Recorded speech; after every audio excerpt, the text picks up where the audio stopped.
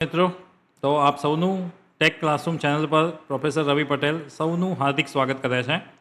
આજનો જે ટૉપિક છે થોડો ટેકનિકલ છે અને ખૂબ જ ઉપયોગી છે વિદ્યાર્થી મિત્રોને પણ, અને જે પ્રોફેશનલ કામ કરતા હોય છે ડેટા રિલેટેડ એ લોકો માટે પણ, બિઝનેસમેન જે છે એ લોકો માટે પણ ખૂબ જ ઉપયોગી ટૉપિક છે. ટૉપિકનું નામ તમે થંબનેલમાં જોઈ જ લીધું છે. ટૉપિકનું નામ છે હવે ઉપયોગ કરો ચેટ જીપીટીને એક્સેલમાં. કોઈ ફોર્મ્યુલા યાદ રાખવાની જરૂર નથી. તો પહેલાં શું થતું હતું કે આપણે એક્સેલમાં કામ કરતા હોય ત્યારે ફોર્મ્યુલા સિમ્પલ એડિશન કરવું હોય કે મલ્ટિપ્લિકેશન કરવું છે કે એવરેજ નીકાળવી છે કે પર્સન્ટેજ ફાઇન્ડ કરવા છે, તો આપણે એક ફોર્મ્યુલા યાદ રાખવાની જરૂર પડતી. અને સિમ્પલ કામ માટે તો ઠીક છે, પણ બહુ જટિલ કામ હોય, બહુ કોમ્પ્લેક્સ કામ હોય એક્સેલના ડેટાને, તો ત્યારે બહુ મોટા ફોર્મ્યુલાઝ લખવાની જરૂર પડતી. તો હવે એ પ્રોબ્લેમ બિલકુલ સોલ્વ થઈ ગયો છે.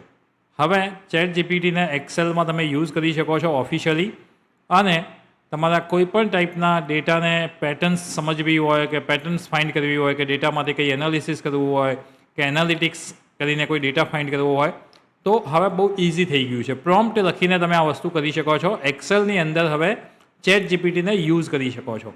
તો ઓફિશિયલી તમને આખું હેન્ડ્સ ઓન પ્રેક્ટિકલ બતાવું છું કે કઈ રીતે આ વસ્તુ થશે. તો સૌથી પહેલાં તો હું તમને x.com ઉપર લઈ જાઉં છું. x.com એટલે કે પહેલાંનું આપણું ટ્વિટર. આપણે જે ટ્વિટર હતું એ હવે x.com થઈ ગયું છે. તો એના ઉપર એક પોસ્ટ છે, એ જોઈએ આપણે કે chat GPT is now available as a addon in Excel and Google sheet. તો ગૂગલ સીટ માટે તો મેં પહેલાંથી જ વિડીયો બનાવેલો છે. બહુ સારો વિડીયો છે કે ગૂગલની જે શેરેબલ સીટ હોય છે એની અંદર તમે ચેટ જીપીટી કઈ રીતે યુઝ કરી શકો. જો એ વિડીયો જોશો તો તમને બહુ જ મજા આવશે. પણ મેં એક્સેલનો વિડીયો હજુ સુધી બનાવ્યો નહોતો, એટલે આજે હું એક્સેલનો વિડીયો લઈને આવ્યો છું કે એક્સેલની અંદર આપણે ચેટ જીપીટીને કઈ રીતે યુઝ કરી શકીએ છીએ. તો એના માટેની અહીંયા લિંક પણ આપી છે. ડાયરેક્ટ લિંક ઉપર આપણે ક્લિક કરવાની છે.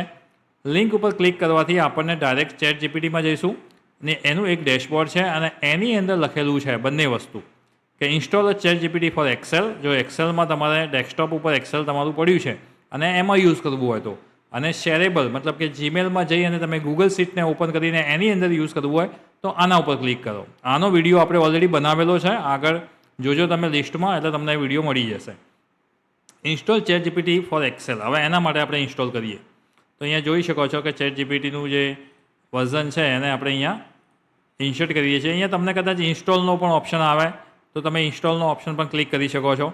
જેવું ઇન્સ્ટોલેશન કરશો એટલે તમારું ચેટ જીપીટી જે છે એ એક્સેલમાં ઇન્સ્ટોલ થઈ જશે એઝ અ એડ ઓન. અને અહીંયા પછી તમને કહે છે પાવર પોઈન્ટમાં સેમ વસ્તુ તમે યુઝ કરી શકો છો. પાવર પોઈન્ટનો વિડીયો પણ તમારે જોઈએ તો હું બતાવી દઈશ, પણ હાલ આપણે એક્સેલ જોઈએ છે તો ઓપન ઇન એક્સેલ. તો હવે આપણે એક્સેલમાં આવી જઈશું, એટલે મારું અહીંયા એક્સેલ જે ફાઇલ છે માઇક્રોસોફ્ટનું એક્સેલ એ ઓપન થશે. હવે માઇક્રોસોફ્ટનું એક્સેલ અહીંયા ઓપન થઈ ગયું છે આપણી પાસે. ઓકે, અને એની અંદર તમે હવે અહીંયા જોશો તો ચેટ જીપીટી અવેલેબલ છે, એના ઉપર ક્લિક કરશો એટલે તમને અહીંયા સ્લાઇડ બાર જે છે એની અંદર તમારું ચેટ જીપીટી ઓન થઈ જશે આપણે ઇન્સ્ટોલેશન કર્યા પછી. હવે ચેટ જીપીટી ઓન છે, પણ હવે આપણે એના માટે ડેટા તો જોઈએ ને.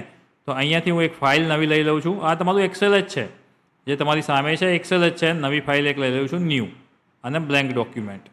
તો તમને હવે એક બ્લેન્ક ડોક્યુમેન્ટ મળી જશે. આ બ્લેન્ક ડોક્યુમેન્ટ તમારી પાસે છે. ચેટ જીપીટી હવે ઇન્સ્ટોલ છે એટલે હું એના ઉપર ક્લિક કરીશ એટલે અહીંયા સ્લાઇડ બારમાં એ ઓપન થઈ જશે. તો સ્લાઇડ બારમાં એ પણ ઓપન થઈ ગયું છે. હવે ચેટ જીપીટી પણ એનું કામ કરવા તૈયાર છે. એક્સેલ પણ રેડી છે, બંનેનું ઇન્ટિગ્રેશન થઈ ગયું છે. પણ આપણે ડેટા તો જોઈએ ને, તો ડેટા બી આપણે જાતે નથી લખવો. ડેટા માટે પણ આપણે ચેટ જીપીટી ઉપર જ નિર્ભર રહેવાનું છે. અને હવે આ બધું બંધ કરી દઉં છું અને અહીંયા ચેટ જીપીટી ઓપન કરી દઉં છું. એટલે ચેટ જીપીટીની અંદર જ મારે એક ટેબલ લેવું છે. એક ટેબલ બનાવીને મને એ આપશે અને એ ટેબલ ઉપર જ આપણે પ્રોમ્પ્ટ અને એ બધી વસ્તુ એપ્લાય કરીશું. તો કેવું ટેબલ જોઈએ છે? તો હું એક ટેબલ માટેનો એક પ્રોમ્પ્ટ લઉં છું. આઈ want data in a table format. પહેલાંથી જ લખી દીધું કે મારે જે ડેટા જોઈએ છે ટેબલ ફોર્મેટમાં જોઈએ છે. I want data in a table format, need 200 data for workshop registration. We arrange 5 different types of workshop. Student registered in, spelling થોડું ખોટો બી હશે તો પણ સમજી લેશે, પણ તમારે સ્પેલિંગ સાચા જ લખવાના છે. Student registered in that all workshop from just a minute from different cities, अलग अलग cities થી એનું રજિસ્ટ્રેશન કરશે. need payment status, create random data. Random data create કરવાના છે. 200 રેકોર્ડ્સનો એક રેન્ડમ ટેબલ તમારે ક્રિએટ કરવાનું છે. કયા કયા ફિલ્ડ જોઈએ છે એ લખીએ હવે. Need following fields. તમે તમારી રીતે પણ તમારી પાસે ઓલરેડી ટેબલ છે તો તમે તમારી રીતે પણ ટેબલ કરી અને ચેટ જીપીટીનો યુઝ કરી શકો છો. પણ હું મારી પાસે કોઈ ટેબલ નથી, ડેટા નથી, એટલે હું જનરેટ કરું છું data. Need following fields. Number, name of students, workshop, selection, payment status, city, any city કઈ છે એ પણ. તો આટલી વસ્તુ છે. Number, name of the student, workshop selection, કયા વર્કશોપમાં, payment status, city and expert selection. Expert પણ કયો એમને જોઈએ છે એનું પણ સિલેક્શન આપી દીધું. સિટી આવી ગઈ. મોબાઈલ નંબર લેવાની આઈ થિંક જરૂર નથી. વર્કશોપ સિલેક્શન, સિટી, આટલું છે. ચલો, અને હું એક્ઝિક્યુટ આપું છું હવે. એટલે મને એક ટેબલ બનાવીને આપશે, કારણ કે ટેબલ જનરેટ કરવું પણ એક અહીંયા પાછું આપણે એક્સેલમાં જઈને બધો ડેટા લખવો પડશે. એટલે આપણે એ પ્રોબ્લેમને અહીંયા સોલ્વ કરી દીધો છે કે સીધું મને ટેબલ મળી જાય. તો અહીંયા મને ટેબલ આપી દેશે. એ જોઈ શકો છો. Download the following registration record XLS. તો એ મને એક ફાઇલ આપી દીધી. જોઈ શકો છો તમે. Workshop registration 200 record. તો 200 રેકોર્ડ માગ્યા હતા આપણે, એટલે એને 200 રેકોર્ડ્સ આપી દીધા છે. હવે એને આપણે કોપી પણ કરી શકીએ અથવા તો એને ડાઉનલોડ પણ કરી શકીએ. અહીંયાથી ડાઉનલોડ કરી લઉં છું. Download the file. એ ફાઇલને ઓપન કરું છું. Download the file, open the file.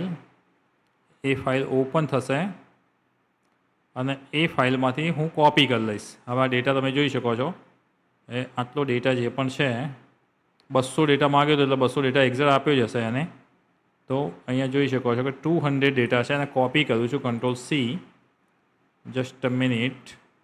અને ત્યાં મૂકવાનો છે આપણી પાસે આપણું ટેબલ છે એમાં મૂક્યું છે. ચાલો હવે થોડા ફિલ્ડ પ્રોપર કરી લઈએ. તો એક્સપર્ટ સેશનવાળું, સિટીવાળું, payment status, workshop selection, number of students. Okay, હવે એને થોડી એક લાઇન પણ બોર્ડર આપી દઈએ એટલે પ્રોપર દેખાય. બોર્ડર આપી દીધી. પહેલું જે ફિલ્ડ છે એને બોલ્ડ કરી દઈએ છીએ અને ટોટલ જે છે એના થોડા આપણે શું કરીશું, ફોન્ટ મોટા કરી દઈએ એટલે તમને પણ દેખાય. 14ની જગ્યાએ 16 કરી દઈએ. ચાલો, ઓકે. તો ફિલ્ડ કયા કયા છે હવે તમે જોઈ શકો છો. નંબર ઓફ સ્ટુડન્ટ છે. Just a minute.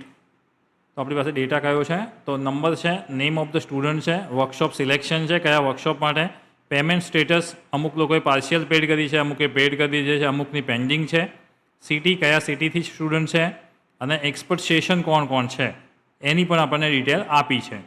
હવે આ ડેટા છે આપણી પાસે, 200 ડેટા છે. હવે એને આપણે એનાલાઇઝ કરવો છે. એમાં આપણે હવે ફોર્મ્યુલા અપ્લાય કરવી છે. તો કઈ રીતે કરીશું? તો ચેટ જીપીટી હવે આપણી અંદર ઇન્સ્ટોલ જ છે. એમાં અહીંયા જવાનું છે. હવે સીટનું નામ શું છે? બુક 1. તો અહીંયા તમે પહેલાં @ કરીને બુક 1 કરી શકો છો કે જેથી એને ખ્યાલ આવે કે આપણે કઈ બુકમાં કામ કરવાનું છે, કયા સીટમાં કામ કરવાનું છે. આપણે લખી દીધું @book 1ની અંદર જે ડેટા છે એ ડેટાને આપણે મેનિપ્યુલેટ કરવાનો છે. તો પેન્ડિંગ ફીઝ ડિટેલ્સ. વધારે કંઈ જ નથી લખ્યું. મેં ખાલી લખ્યું પેન્ડિંગ ફીઝ ડિટેલ. મારે જાણવું છે કે કેટલા વિદ્યાર્થીઓની ફીસ પેન્ડિંગ છે. બસ એટલું જ લખ્યું છે. જોઈ શકો છો તમે. સિમ્પલ.